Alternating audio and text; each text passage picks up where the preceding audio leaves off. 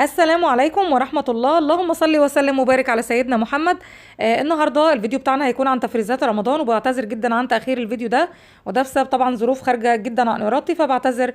الفيديو بصراحة تعبني جدا، وأنا مش من الناس اللي بتعمل تفريزات كتير في رمضان، ولكن عملتها بناء على طلبكم، وعشان كمان السيدات العاملات والناس اللي مش بتكون فاضية، وعشان يسهل علينا كمان الوضع شوية في رمضان. لايك وشير الفيديو. لو اول مره بتزور القناه، انا نجلاء، اشتركي في قناتي وفعلي زر الجرس، ويشرفني وجودك معايا في القناه. واهلا وسهلا بالناس الجديده الموجوده معايا، وجودكم بيسعدني بجد. ويلا بينا نبتدي مع بعض الفيديو. هنعمل في البدايه كده اللحمه المفرومه المتعصجه. هنعملها يعني هنعصجها وهنظبطها كده عشان تكون جاهزه معانا في المكرونه بشاميل، او في الجلاش، او الرقاق، او السمبوسك، اي حاجه انت عايزه تعملي فيها اللحمه اللي هي المتعصجه. فهنعملها النهارده بطريقه سهله جدا، وليها تركايه فيها كده بتخلي الطعم بتاعها متميز جدا. فهنشوف الوقت هنعملها مع بعض ازاي. في البدايه طبعا زي ما انتم شايفين انا حطيت كميه من البصل. على كل كيلو بحط نص كيلو من البصل. بشوحهم كويس في زيت، وممكن تحطي سمنه، ولا يحبذ طبعا انك تحطي سمنه لان اللحمه المفرومه بيكون كلها دهون. بعد كده نزلت بالبصل بتاعي وقلبته تقليبه حلوه كده لغايه ما دبل. وبعد كده نزلت باللحمه برضو قلبتها لغايه ما دبلت بالطريقه اللي انت شفتيها دي. التركايه بتاعتي بقى ان انا بحط حوالي ربع كيلو طماطم على كل كيلو لحمه، وبحط كمان فلفلايه حاميه، وممكن لو عايزه بارد حطي بارد مفيش مشكله. بحط كمان فلفل اسود وبهارات لحمه وزنجبيل فقط، بس كده مش بحط حاجات تانية. بعد كده بفضل اقلب بقى كويس. ممكن تحطي كزبره مجففه كمان بتعطي ريحه حلوه قوي. البهارات الاساسيه كمون، فلفل اسود، زنجبيل، يعني الحاجات اللي زي كده بتعطي ريحه حلوه قوي للحمه. ما تكتريش من البهارات عشان ما تغيرش معاكي طعم اللحمه. بعد كده انا حطيت الملح، قلبت كويس. شوفي شكل اللحمه بدأ يتغير معايا ازاي. انا طبعا مش هطفي عليها دلوقتي، لو هعملها مباشره كنت طفيت عليها، بس انا هسيبها لغايه ما الميه اللي فيها تقل خالص عشان هخزنها في الفريزر. بعد كده ضربت كميه من البصل، ضربت حوالي 2 كيلو من البصل. هبتدي بقى اصفي الميه اللي فيهم كلها واطلع كل ميه البصل. انا عايزه بس البصل المفروم. وده 3 كيلو من اللحمه المفرومه مفرومه كويس. هبتدي احط التلتين على ال2 كيلو، والتلت على الكيلو. انا هعملهم كلهم همبرجر، وهوريكم دلوقتي انا هعمله بالطريقه يعني بطريقه سهله جدا، مش هتحتاجي ان انت تعملي فيه اي حاجه صعبه. بصي بقى، انا بحب احط فيه البصل الاخضر، وممكن تحطي بس ربطه واحده من البصل الاخضر بس تكون ورقها الاخضر كتير. بضرب البصل الاخضر وبضرب البصل العادي، وببتدي اضيف المكونات دي مع بعض. اهو زي ما انت شايفه ابتديت اضيف اللحمه المفرومه بتاعتي، وهبتدي بقى اقلبهم مع بعض. ولازم طبعا يعني نقعد نعمل فيهم بايدينا لغايه ما العروق بتاعه اللحمه تظهر. انا جايبه المره دي البهارات بتاعه كينور بتاعه الهمبرجر، جربتها وعجبتني جدا بصراحه. هبتدي بس احط الملح بتاعي. طبعا الملح على حسب كميه اللحمه اللي انت هتعمليها. اهم حاجه تضغطي على اللحمه كويس جدا جدا، يعني تفرميها كويس جدا بايدك، او تفرميها في الكبه، عشان خاطر يعني العروق بتاعه اللحمه تخرج معاكي كده، اللي هي بتكون عامله زي الشعر كده. طريقه التخزين بقى، انا هجيب اطباق اهي. الاطباق دي فويل، هحط بس فيها الورق اللي هو المناديل اللي بيتباع، اللي هو عامل زي الورق بتاع السندوتشات، بس ده بيكون مفتوح.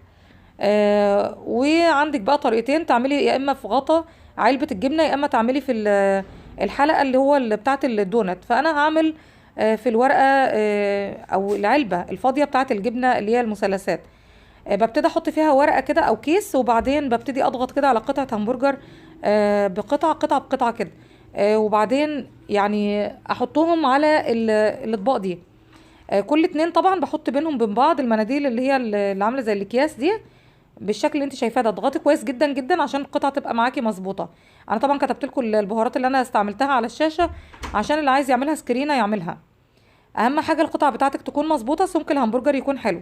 هندخل بقى دلوقتي على الشاورما اللحمه. الشاورما اللحمه انا حطيت فيها بهارات شاورما لحم يعني، وحطيت فيها كمان بهارات لحمه، وحطيت زنجبيل. بس كده تمام. حطيت كمان خل.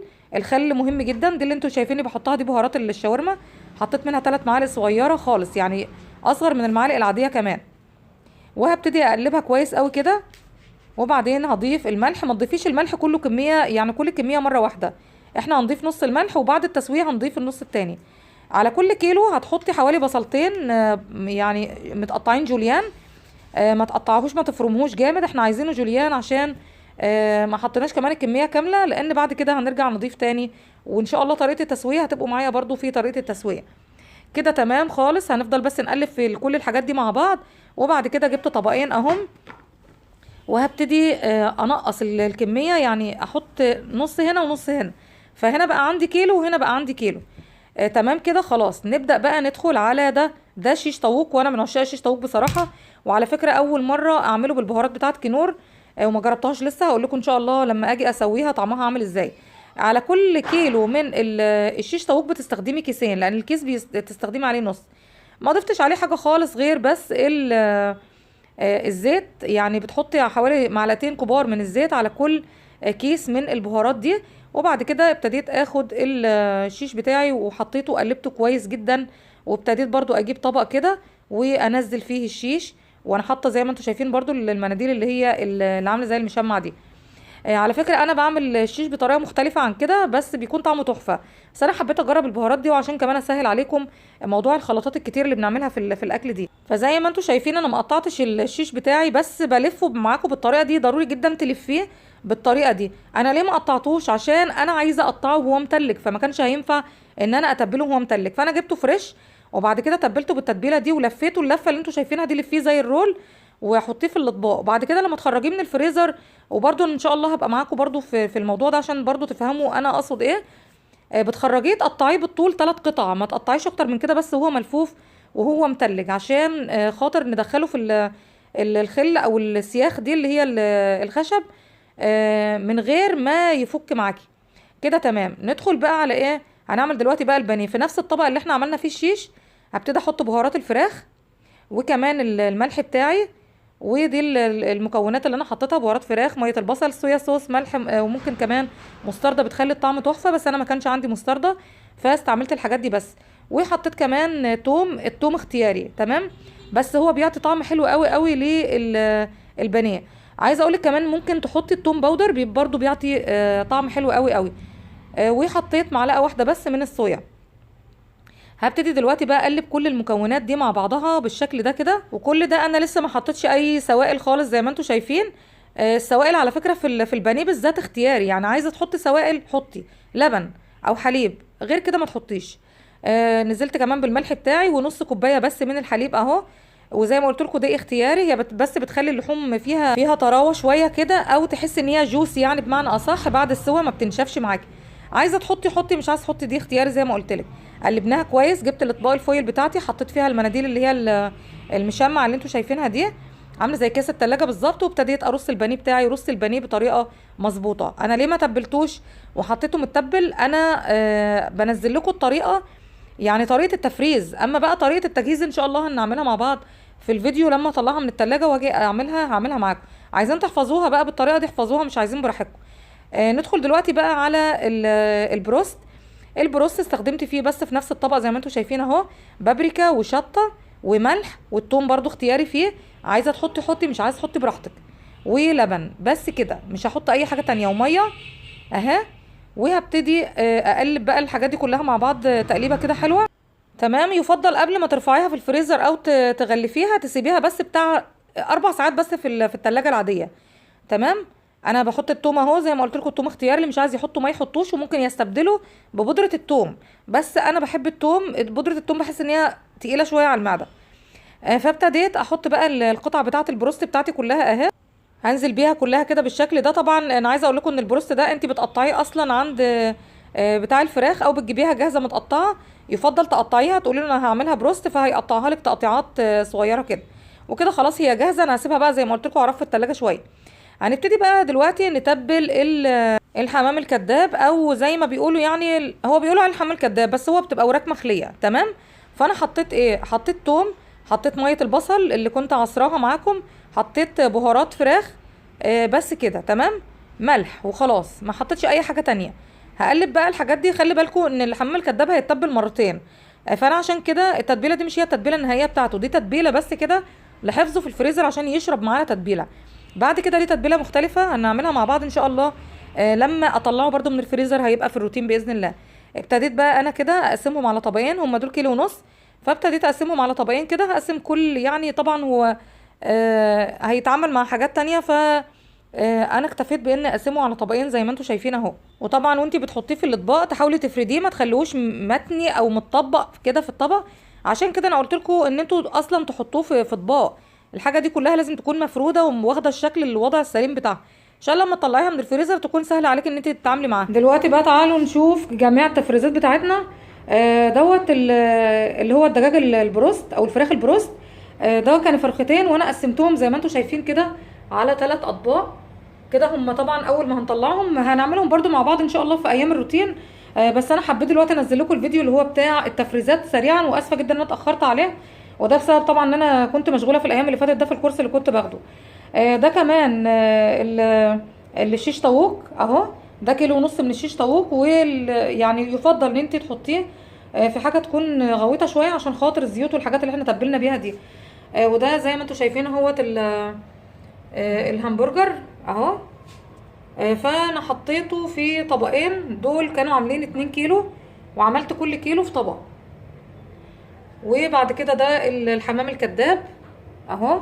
طبعا دي بتكون وراك مخليه زي ما انتم شايفين اهو، تبلتها برده بتتبيله كده، وان شاء الله برده وقت ما نيجي نعملها مع بعض هقول لكم بتكملوا التتبيله بتاعتها ازاي. ودي الشاورما اللحم.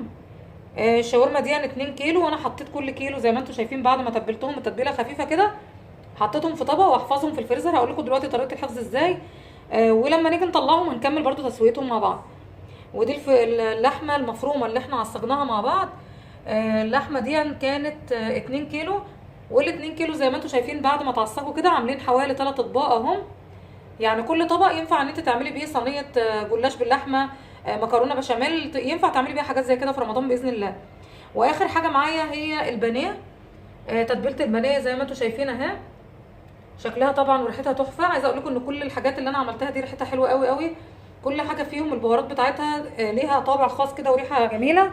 كده خلاص التفريزات بتاعتنا كلها جاهزه. طبعا دخلها ازاي الفريزر هقول لكم دلوقتي، تابعوا معايا برده الفيديو لغايه ما اوريكم هندخلها ازاي الفريزر. هنجيب بس طبق اللي هو طبق فويل اهو. يحبذ طبعا ان انت تحطي كيس، بس انا ما عادش عندي اللي هي المناديل دي. هنغطي بس عليه بالشكل ده كده تمام. بس في البدايه طبعا هنقفل الكيس من جوه بالشكل ده بصوا، وبعد كده هنغطي عليه كده عشان لما نحط الاطباق على بعضها يعني الاكل فيها ما يتفرمش تمام. وبعد هنعملها بعد كده بالاسترتش ده اللي هو بتاع الاجبان ده، احسن حاجه ممكن تلفي بيها بقى. بصوا هتلفيه بالشكل ده كده. الواحد من ده يعني هيقعد معاكي فتره طويله جدا، فهاتيه خليه عندك في البيت واستخدميه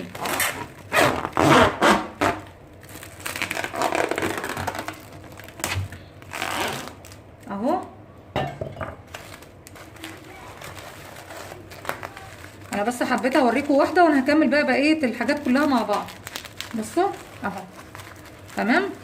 عشان بقى تعرفي الطبق ده فيه ايه، فيحبذ ان انت تحت هنا هتكتبي عليه اسم الحاجه، وبعد كده تعمليه اللي هو الاسترتش فويل، او ممكن تغطيه بالاسترتش فويل على طول. بس يعني هو كده احسن، عشان لو حطيتي الاطباق على بعضها كده بالشكل ده كده ما تتفعصش منك في التلاجة عشان المكان عندك، وتاخد بقى تحطي ادوار فوق بعضها. فانا هعمل كل الاطباق دي دلوقتي وبعدين هوريكم الشكل النهائي.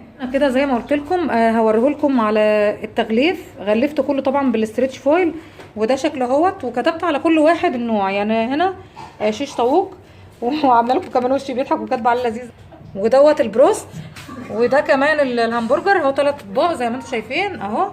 وده الفراخ البانيه جه على طبقين. طبعا زي ما انتم شايفين انا الحاجه اللي كنت بلاقيها يعني هتتزنق في الاطباق فكنت بوزعها على اطباق اكتر من كده.